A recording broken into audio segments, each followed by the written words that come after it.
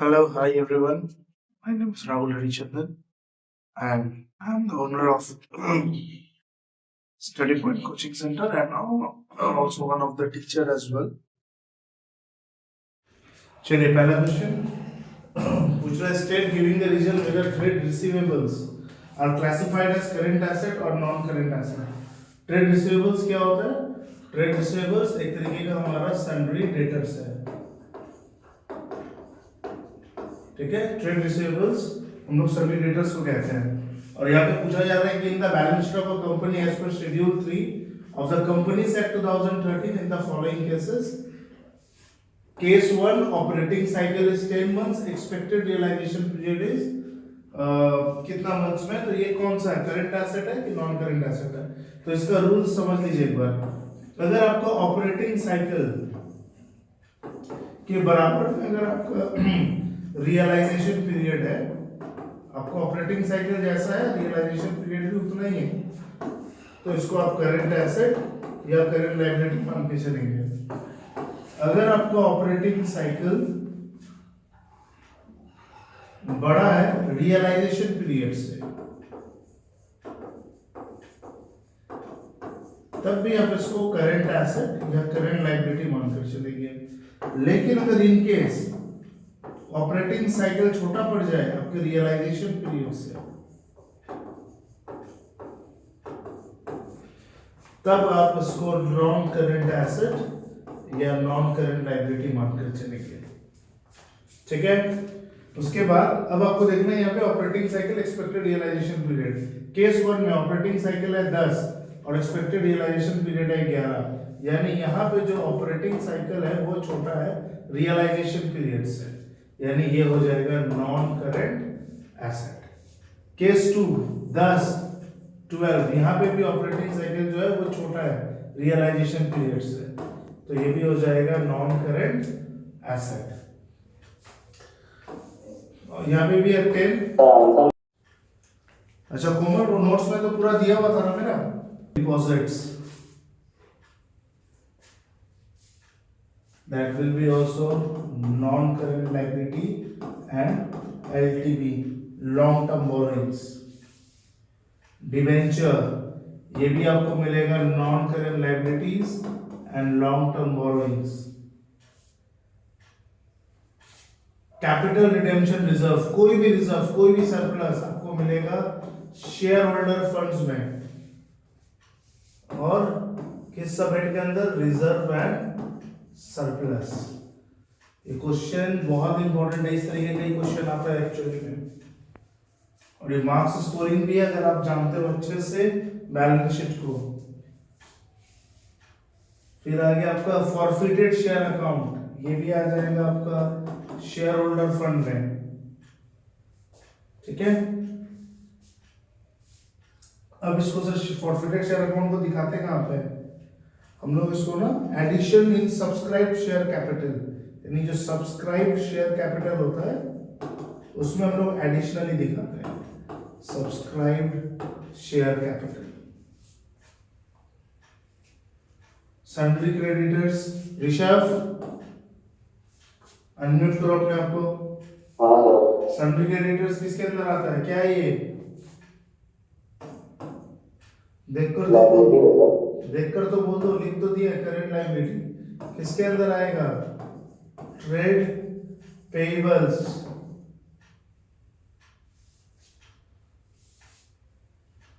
उसके बाद interest accrued but not due on debenture, कोमल किसमें आएगा?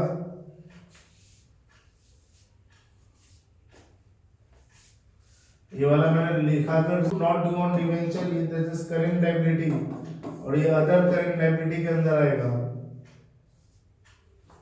इंटरेस्ट पेबल, पेबल मतलब ही करंट लायबिलिटी, और अदर करंट लायबिलिटी के अंदर आ जाएगा। जो अगर आपके नोट्स में अगर कोई चीज है जो करंट लायबिलिटी में अगर नहीं लिखा हुआ है तो उसको आप लिख लीजिए। सुजल, तो 31 मार्च 2022 में हमको एक बैलेंस शीट है बीटी लिमिटेड का, इसमें हमको इन्फॉर्मेशन दे दिया है। बनाना कैसा? शेड्यूल 3 पार्ट 1 कंपनीज एक्ट 2013 के हिसाब से। तो यहाँ पे देख लो, जैसे जनरल एंड रिजर्व दिया हुआ है तो किसमें चला जाएगा, रिजर्व एंड सरप्लस, 8% डिवेंचर, ये चला जाएगा long term borrowings, surplus statement of profit and loss, ये भी चला जाएगा रिजर्व एंड सरप्लस। अच्छा देखो यहाँ पे डेप्रिसिएशन दिया हुआ है,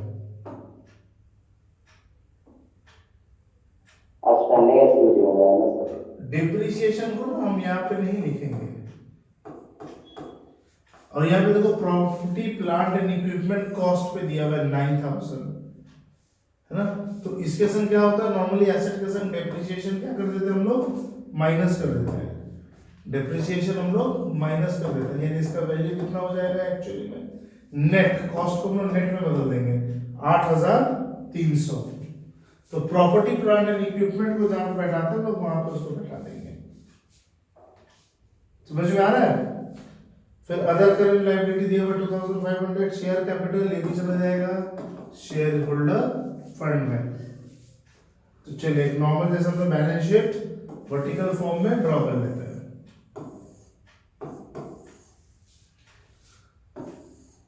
तो 7 मंथ का है वैसे। हाँ 7 मंथ का है वैसे। 7 सिर्फ तुम्हारे लिए 7 मार्क्स बोर्ड में सिर्फ है ना तुम्हारे लिए।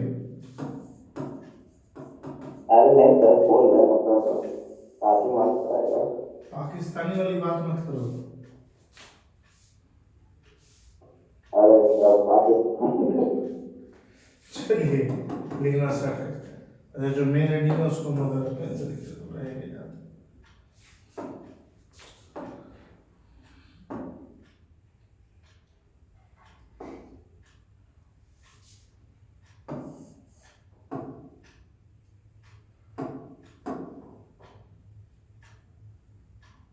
आपका स्टोरी बहुत अच्छा है लेकिन डीपी का स्टोरी अच्छा है और वेस्ट बंगाल के लिए बेटा, आप लोग के लिए कुछ अलग होगा। ऐसा पेज ना हो रहा है। चलिए इक्विटी क्या धुंधला दिख रहा है,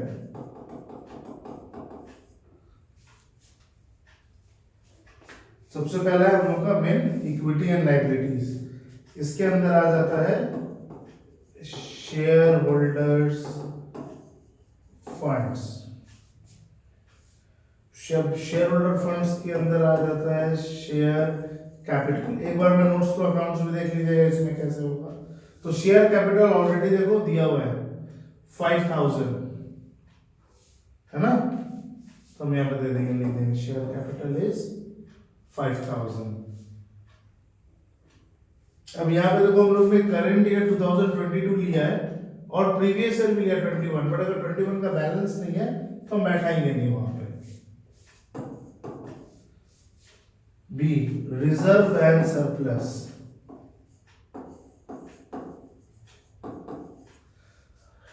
अच्छा रिजर्व एंड सरप्लस देखो यहाँ पे ये वाला पार्ट जो है ये है reserve and surplus, general reserve है रिजर्व एंड सरप्लस, दो चीज हो गई ना रिजर्व एंड सरप्लस।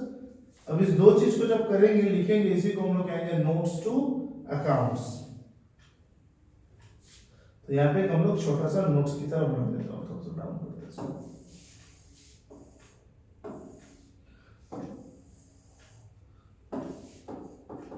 पुनीत आपको नोट्स ही पूछना था ना, तो सबसे पहला नोट रिजर्व एंड सरप्लस। अब रिजर्व एंड सरप्लस के अंदर दो चीज है, एक है जनरल रिजर्व, दूसरा है सिर्फ और सिर्फ सरप्लस। जनरल रिजर्व है आपका 3000, रिजर्व एंड सरप्लस है 1200, तो टोटल हो गया 4200। ये हो गया नोट 1। तो reserve and surplus Rishabh note 1 amount कितना बैठा देंगे 4200। समझ में आया ऋषभ? हाँ सर, हाँ सर। किसी को कुछ पूछना है तो पूछ लो। फिर दूसरा हम लोग हेडिंग कर रहे हैं non current liability, is same as balance sheet, जैसे हम लोग बैलेंस शीट में करते हैं। तो नॉन करेंट लायबिलिटी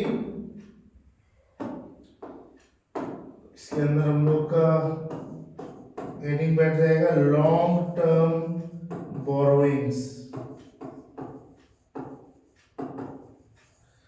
अब लॉन्ग टर्म बोरोइंग्स में, हाँ लॉन्ग टर्म बोरोइंग्स में हमें नोट बनाना पड़ जाएगा। चलिए नीचे चलते हैं। एक ही अमाउंट है, 8% का डिबेंचर ही है, बट हम लोग नोट्स बना के उसको दिखा देते हैं।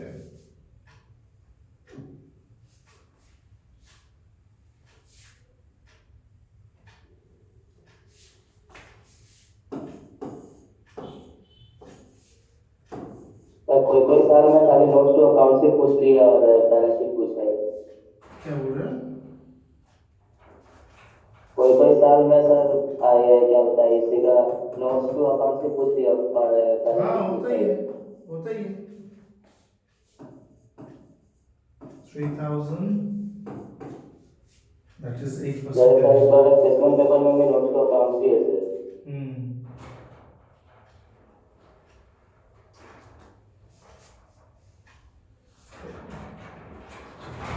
Borrowings, note number 2,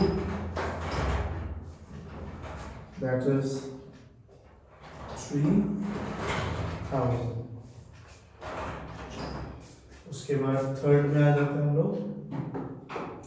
अभी मैं कर रहा हूँ, फिर आप लोग ऐसे उठाने का मौका दूंगा, स्क्रीनशॉट ले लेना उस वक्त, क्योंकि बैठ के लिखोगे तो काफी टाइम जाएगा। Current liabilities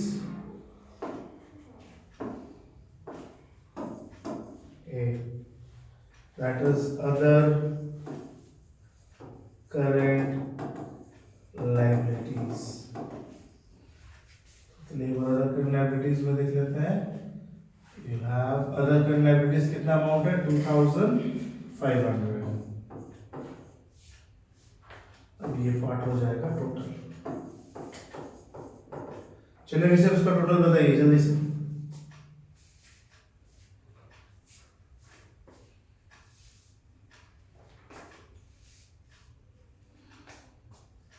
sir 16,700।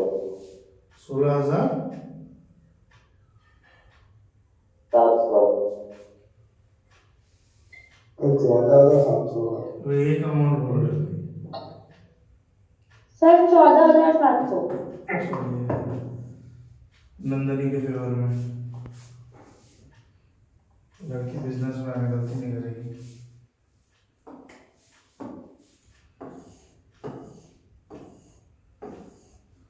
Rishabh calculator भी नहीं कर पा रहे और 3,000 को 2 बार कम कर दिया सर। हो गया बस।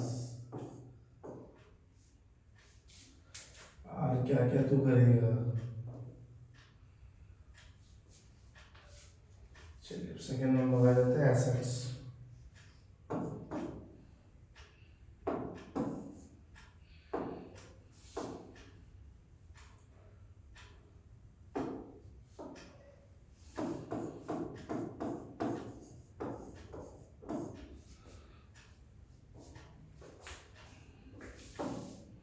अब एसेट के अंदर आ जाता है सबसे पहला non current asset. Non current asset के अंदर क्या आ जाता है? Property,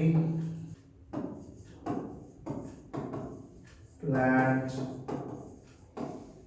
and equipment.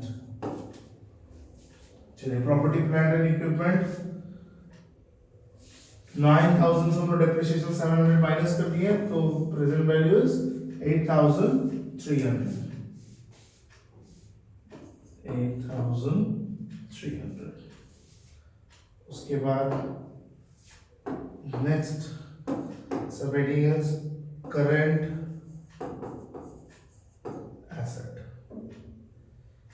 उसके अंदर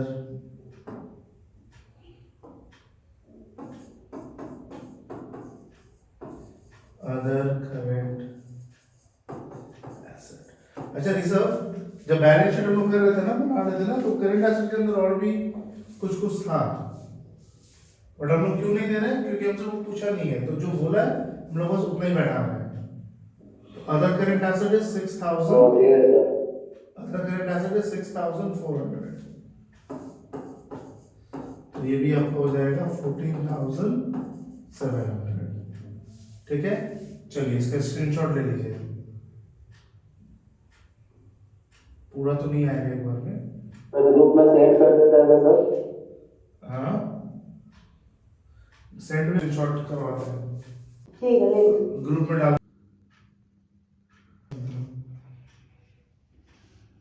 चलिए इसमें क्या बोल रहा है, under which head of the following revenue items of a non financial company will be classified. तो दो इंपॉर्टेंट चीज, रेवेन्यू आइटम्स इट मींस वो हमें स्टेटमेंट ऑफ पीएल बनाने बोल रहे हैं।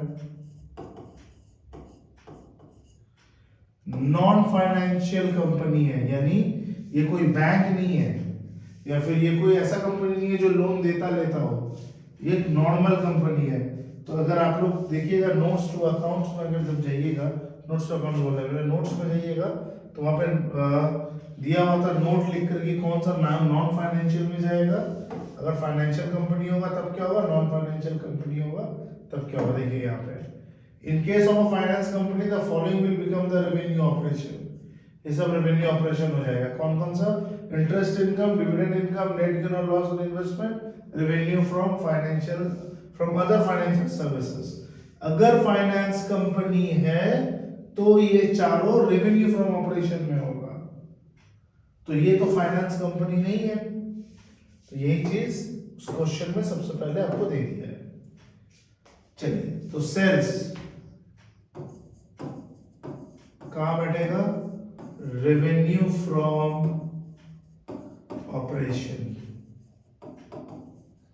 ब्रैकेट में RFO। दूसरा रेवेन्यू फ्रॉम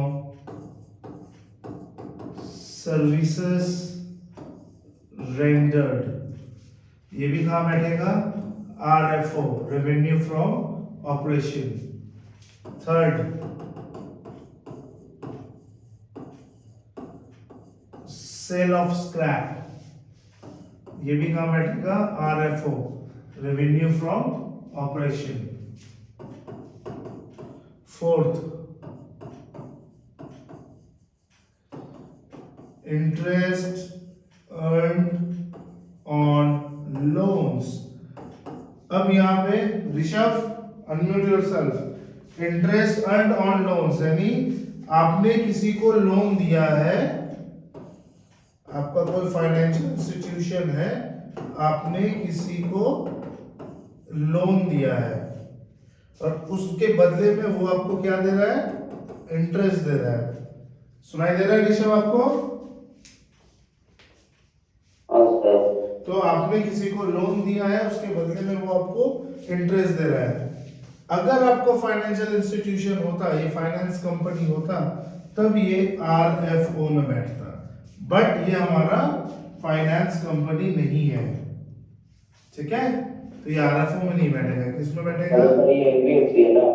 हाँ NFC है, non financial company, other income में बैठेगा। फिफ्थ गेन और profit on sale of investment. अगर ये भी फाइनेंशियल कंपनी होता तो ये RFO में बैठता, अगर ये फाइनेंशियल कंपनी होता तो ये RFO में बैठता, बट ये RFO में नहीं बैठेगा क्योंकि ये NFC कंपनी है, नॉन फाइनेंशियल कंपनी, तो ये अदर इनकम में जाएगा। चलिए जल्दी से इसको कॉपी कर लीजिए। चलिए आपसे पूछा calculate cost of material consume from the following, यानी आपको निकालना है CMC, cost of material consumed. इसका फॉर्मूला क्या था, opening plus purchase minus closing. तो ओपनिंग हमारा कितना है, opening inventory of material that is 5 lakh plus purchase हमने कितना किया है 25 lakh minus closing is cost of material consumed जो आपसे क्वेश्चन में पूछा है, देखिए calculate cost of material consumed. तो 25 plus 5 that is 30 lakh minus 4 lakh that is 26 lakh.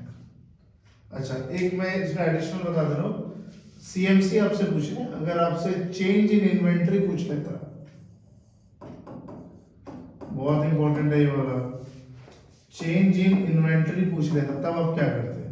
तो चेंज इन इन्वेंटरी का फॉर्मूला में ना परचेज सिर्फ नहीं आता, बाद बाकी वही रहता, opening minus closing, that is the change in inventory.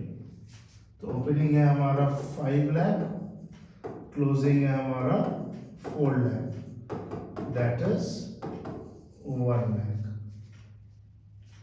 तो यहाँ पे हमसे चेंज इन इन्वेंटरी नहीं पूछा है, बट तब भी मैंने आपको बता दिया ये ऐसे करना है। जल्दी से कॉपी कर लीजिए। Calculate the cost of material consume from the following. बस बात नहीं हो रहा है ना, आप लोग स्ट्रीम हो रहे हो, बात मत करो। Calculate cost of material consume from the following, यहाँ पे भी आपको सीएमसी ही निकालना है। तो सीएमसी का क्या फॉर्मूला है? Question number 29, opening plus purchase minus closing. तो चलिए देख लेते हैं। Opening inventory of raw materials that is 3,50,000। अच्छा, यहाँ पे देखिए फिनिश गुड्स भी दिया है, हमें लेने का कोई जरूरत नहीं है। स्टॉक इन ट्रेड भी दिया है, लेने की कोई जरूरत नहीं है। प्लस अच्छा परचेज तो नहीं आया, क्लोजिंग आ गया, तो माइनस 3,25,000। फिनिश गुड्स फिर से दिया है, कोई जरूरत नहीं है। स्टॉक इन ट्रेड फिर से दिया है, कोई जरूरत नहीं है। Purchase during the year raw material 17,50,000 plus 17,50,000। इसके बाद में जो स्टॉक इन ट्रेड दिया है, इसका भी हमें कोई जरूरत नहीं है। तो चलिए 17 plus 3 17,50,000 plus 3,50,000, that is 21 lakh minus 3,25,000.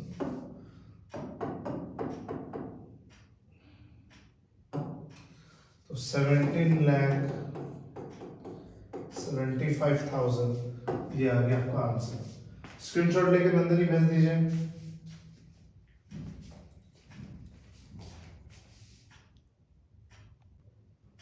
चलिए देखते हैं जितना जल्दी हो सकता है। चलिए क्वेश्चन में पूछा, from the following information of hospitality limited 31 March 2022 calculate amount that will be shown in notes to accounts. यानी जो ऋषभ जो क्वेश्चन बोल रहा था कि सर बैलेंस शीट नहीं पूछा है, सिर्फ नोट्स टू अकाउंट्स बनाने दे रहा है, तो ये वही क्वेश्चन है, नोट्स टू अकाउंट्स ही बनाना है आपको। On change in inventories, inventories में जो चेंज हुआ है उस पे आपको नोट्स टू अकाउंट्स बनाना है। किसका?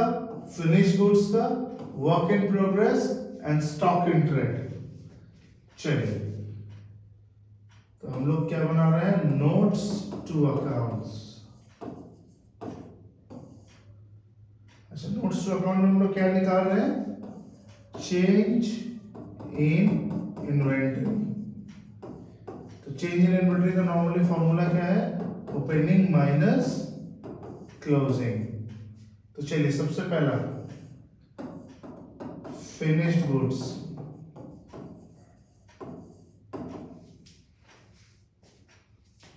Opening minus closing. तो opening is 5 lakh and closing is 5,50,000।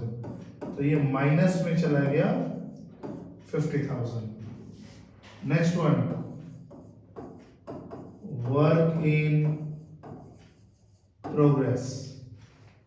Opening is 4,50,000, closing is 4,25,000।